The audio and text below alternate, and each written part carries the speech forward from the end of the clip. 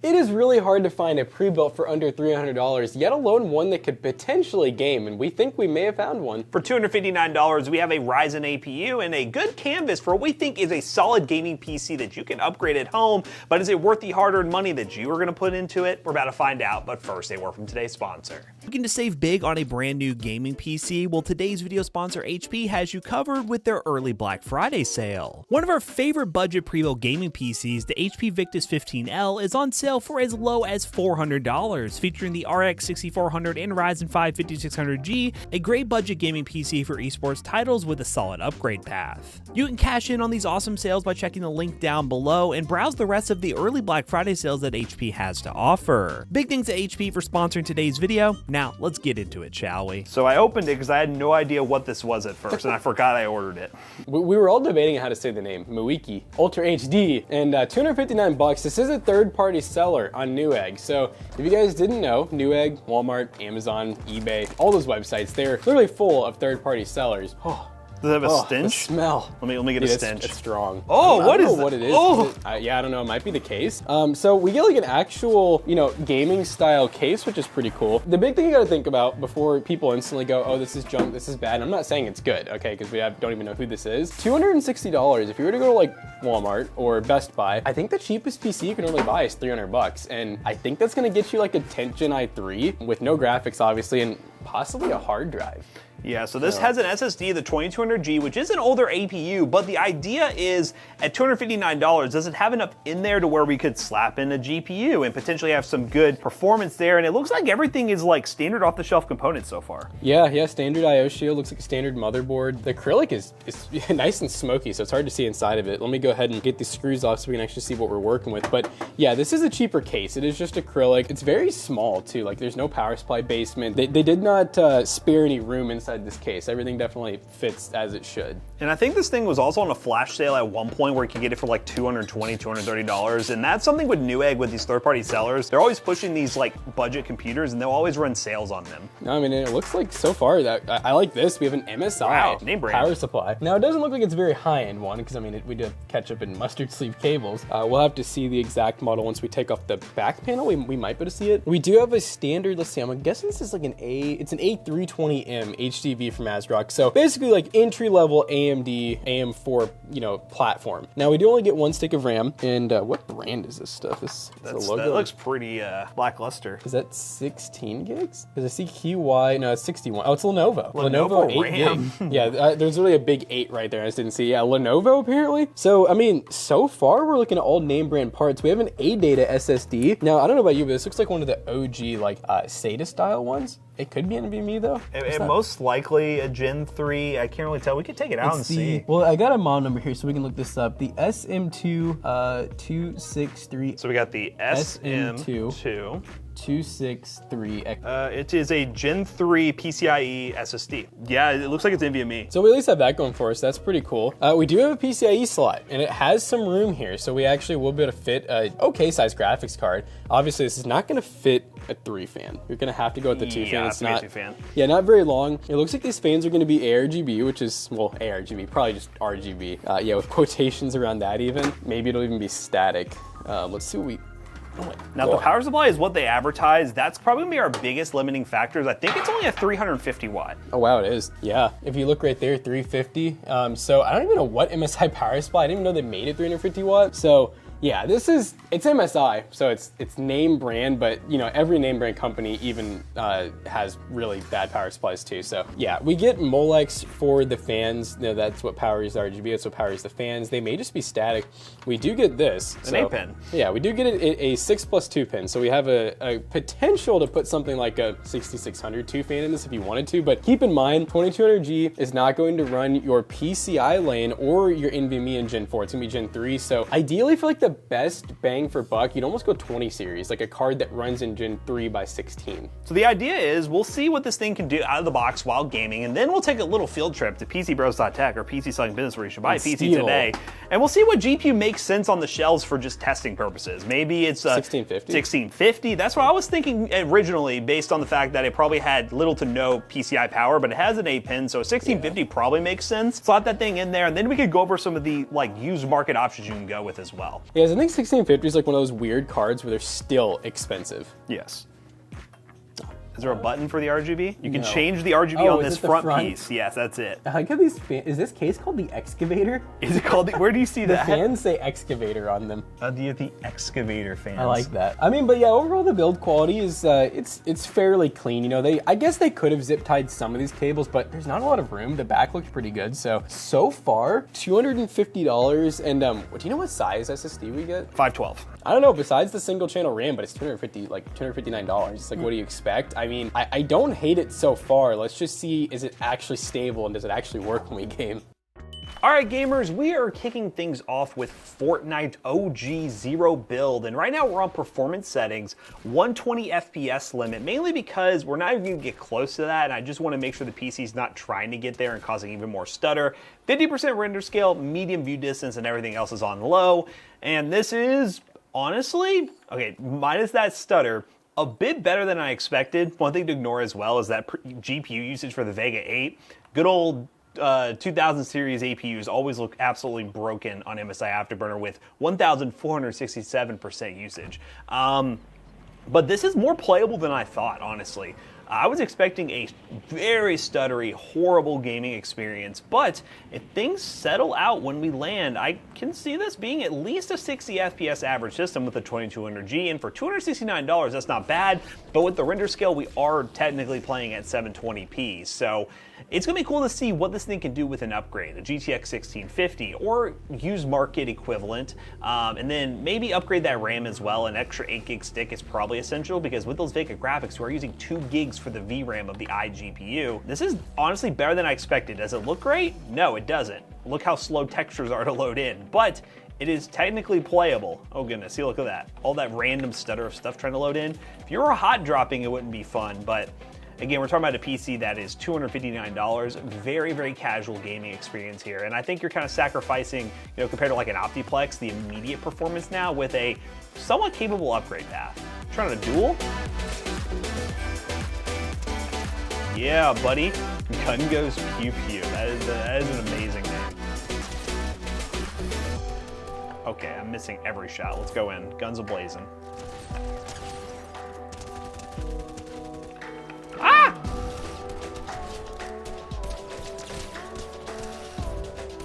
Oh, yeah, honestly, this isn't a beautiful Fortnite experience. Fortnite can look really good nowadays, especially with higher settings. This ain't it, but it's definitely playable, which is more than I honestly expected this thing to be.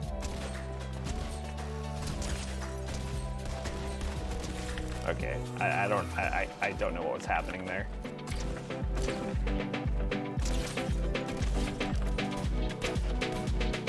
Ah! They're gonna take my kill, I already know. They're going behind that tree and only one person's gonna come out alive. Grenade! Oh, there they go. And there they go. Yeah, just for experimental purposes, I mean, we're standing here, we're getting almost 100 FPS with very little stutter. I guess let's bump that render scale up a little bit. Let's go like 75%. So if I had to guess resolution-wise, we're like 1600 by 900 right now. Pretty playable. Pretty playable. I will give Fortnite a ton of credit. Their performance mode has come a long way. There's a 3-way fight going on down here.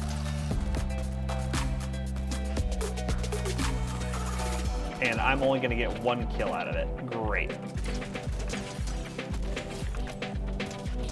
Okay, and but yeah, you know what? Fortnite with the 2200G, I would deem more than playable. So what I'm gonna do is have Jackson play some Rocket League, and then from there, what we're gonna do is go ahead and show you guys some upgrade options on this thing. I'm thinking we'll slap in some more RAM or swap out the kit of RAM as I'm shooting this random AI, okay. Or add some more RAM, at least get to 16 gigs. We'll add that to the price calculation. Then slap in like a graphics card like a 1650 or some equivalent used GPU that you all could get at home, because 1650 is not the best price performance. We'll talk about that later. And then from there, we'll see what this thing can do, because so far, pretty solid canvas. The 2200G is a bit better than I expected, and for games like Fortnite, more than playable. All right, guys, we're playing Rocket League on some of the lowest settings I feel like I've ever seen, and I need to score in this. I'm gonna score in this guy, and then I'm gonna show you the settings. Yeah, we had to run low with Rocket League. It's really weird because a game like Fortnite, which we did test, ran okay. We are playing 720p. He scored, ran okay, but Rocket League is different for some reason. I think it's more GPU dependent. Yeah, so performance, anti-aliasing off. 1080p though. This game doesn't really have any like upscaling or anything, so No. it's true to its color. But yeah, if you wanted to match the 720p render scale on Fortnite, you'd get 60 FPS if you went 720p on this. But yeah, this is kind of what we expect from Vega graphics, especially that MS Afterburner overlay being stuck at 1,467%. That's typical. Chet, do not look at what I just did. That was horrible. He's gonna score. He's gonna score. Son of a gun. We get an actual challenge here. This is styling on him. Styling on him. Oh, he's coming back. He's coming back. Oh, he did it. Oh, was he gonna do it? Oh no! My God. It was the Dude, choke. I don't play 1v1s, man, and it shows. You expect somebody else to put that in, don't you? I guess to show that these are still really good, like office CPUs. It's just, you know, even from the start, these were never really meant to be like actual gaming CPUs. They were meant for like very, very basic esports. I don't like this guy's like challenging me, man. Get bumped. Oh. Oh my God. Oh no! Yeah, I did that. You styled on him. I knew. Yeah. It was a fake. It was a fake. Style on him. He's like, I'm gonna score on you. He's like, I'm gonna win. Oh! Yeah, buddy. Banging in the wall. Banging in the wall. Oh. What can I do with this? I almost can't even see him from far away because of these graphics. Oh! I don't know if the bottom of my car pinched that off or what, but we don't need to see it. Hashtag Grand Champ here. Oh, here we go. Grand Champ. Hashtag Super Grand Champ. He didn't see that coming. Oh. He didn't see that coming. This game would be definitely a lot more enjoyable with their graphics card. Oh, yes. Or newer APU. Oh, I hit it wrong. Oh, it's cleared. Oh, he missed. They missed. No. He does, Put this game away. He does miss like a lot of these random shots. Oh. If only I had arrow. Guys, we're victorious. Yeah. It wasn't a great experience though. Yeah, not great. So what we'll go ahead and do is we'll go look at PC Bros. Let's go into PCBros.tech, see what kind of graphics card we have. I'm thinking the RAM would be a good upgrade too, because we forgot, and I mentioned during Fortnite, this is 8 gigs of RAM, both those Vega graphics. It only has 6 usable at the moment. So RAM upgrade would be a good idea, and GPU. We'll add up all the costs and then see if the performance increase is worth the upgrade. Should we go to PC Bros? It's such a far walk. Yes, we have to walk all the way next door to PCBros.tech. All right, so for this upgrade, I was thinking a 1650, but I'm also not opposed to something a little bit different. So we have a 1650. The next thing that we have is the 3050 or the 6650 XT, which I both feel like are kind of ridiculous. Yeah, it's a little much. So yeah, probably 1650. 1650, low power requirements will work great with that 2200G. The only thing is the price. I should grab some RAM while I'm here too. Oh yeah, should we just throw in a single stick? Yeah, or do we you need have to a get single kit, 8 gig stick of DDR4? Isn't it just green too? It is green. So if we have some like old Victus RAM or... No, it's an 8 gig. It's 8 black. gig? 2666. We'll see if it works. Let's try it. We'll see if we can upgrade this thing and kind of get a rough price estimate. So our 1650 is like 150. what? 150? 150, yeah. And then we have 8 gigs of RAM, which I literally just bought some Crucial RAM actually. That was 3200 megahertz, and it was $16 on Amazon. So 150 plus 16 plus 259. We're about 425 right now, which is not too bad considering we're taking the easy pre-built route and we have that already built for us, and then we're just upgrading it. Yeah. So let's just we'll do the RAM first because that part's pretty simple. Naturally, it's gonna run at whatever just the lowest speed RAM is, but from what we think it's probably gonna run even slower than that. So mismatched RAM. It's literally it literally is mismatched. It's green and black. And then do the graphics card real quick. Should be pretty simple. No power required. Oh, I don't so you even can just need to slot open it the in. bag. So that's one benefit. You could go on the used market and get a card that does require external power. The other one I was thinking used market would be like a 1660 Super or something like that, which is a better card, but And it's cheaper. yeah, and it is cheaper, but that is used. So we're talking the new option here for those who don't like to go used. Even though I almost wonder if this system is actually all truly new, like the 2200G. That is a good question. Is anything truly new anymore? So take our plastic piece off. Yeah, no external power. If it did have external power, it'd be like right here or right back here. So that means this card will only, in theory, pull like 75 watts max. And also, you can't really go much bigger. I mean, you have a little bit of room, but... No, that's what I was thinking earlier. Like, I mean, there's some 3-fan cards that maybe would fit, but I'd almost say there might even be some, like, you know those larger 2-fan cards? Those might not even fit. I think it's like taking the motherboard, yeah. I'm going to take this thing out. Is that a cover? Yeah, it's like a cover that slides up, but, like, they don't give you any room. Yeah, I wonder what case this is. I don't know. It's very really budget. cheap. Yeah, I would imagine like $20 their cost, if that. All right, click in. Here we go. Easy peasy. So now we're gonna need a couple of power supply screws. Oh god, it's one of these. Oh, you gotta make your own. Come on! You know what makes me think this is also a overseas special? The SSD had partitions on it. Oh really? It did. Ooh. So this is kind of like what's that Amazon company that we just did a video on? That is it Alarco? Alarco, yes. Yeah, where you can very much tell that someone is just like, I almost assume they're shipping them straight from overseas, or they're basically like white labeling them and buying them like in bulk, you know? This is like the second one we gotten from Newegg that was like a overseas brand. That one really mini ITX system we got was the same thing, partitions and all that. So I think their third-party marketplace is a bit different. We got it right in there. Just like that, we're ready to go. Pull out our little plugs. Yeah, you gotta remember, you can't use these ports now, because now that we have a graphics card, ideally, you know, you're going to be using the graphics card to actually do your display. Otherwise, you're going to be running an integrated graphics and it'll run the exact same, or you won't get display out at all. So yeah, what we're going to go ahead and do is run back the same games we did test, just show you guys the performance uplift, the side-by-side real quick, and then also throw in some more demanding games. We'll run Rainbow Six Siege, do the side-by-side there, and also show you Cyberpunk, which would be unplayable on that APU, and we'll see what it can do on lower settings with this computer. This computer. All right, guys, now that we've added the GTX 1650 and upgraded to 16 gigs of RAM, let's talk about what kind of performance benefits we got. In Fortnite, we did see a good uplift in FPS. We did leave the settings exactly the same on performance mode, but we did end up getting a rough 100 plus FPS, very little stutters, but there was still a CPU bottleneck with that 2200G. That's gonna be hard to avoid with a 4-core 4-thread in 2023, but at least on performance settings, we're getting a much smoother experience overall, and making Fortnite very competitive, honestly, in performance settings. Now, the other games we decided to test on this APU were Rainbow Six Siege, and Rainbow Six Siege before the upgrade only got about 37 FPS on average, but then once we added the GPU and RAM upgrade, we got 170 FPS on average, medium settings 1080p. I think that's a big upgrade in terms of raw performance. And then when we're talking about games like Rocket League, which Rocket League was barely holding on to 60 FPS, once we upgraded to the GPU, we were easily getting 300 plus FPS on the same settings. I think it's safe to say the GPU and RAM upgrade made a big difference here. And then the last game we decided to test was Cyberpunk, because Cyberpunk is a game that just would not run whatsoever on that 2200G, but at 1080p, all low settings, no FSR, we got an average of 46 FPS.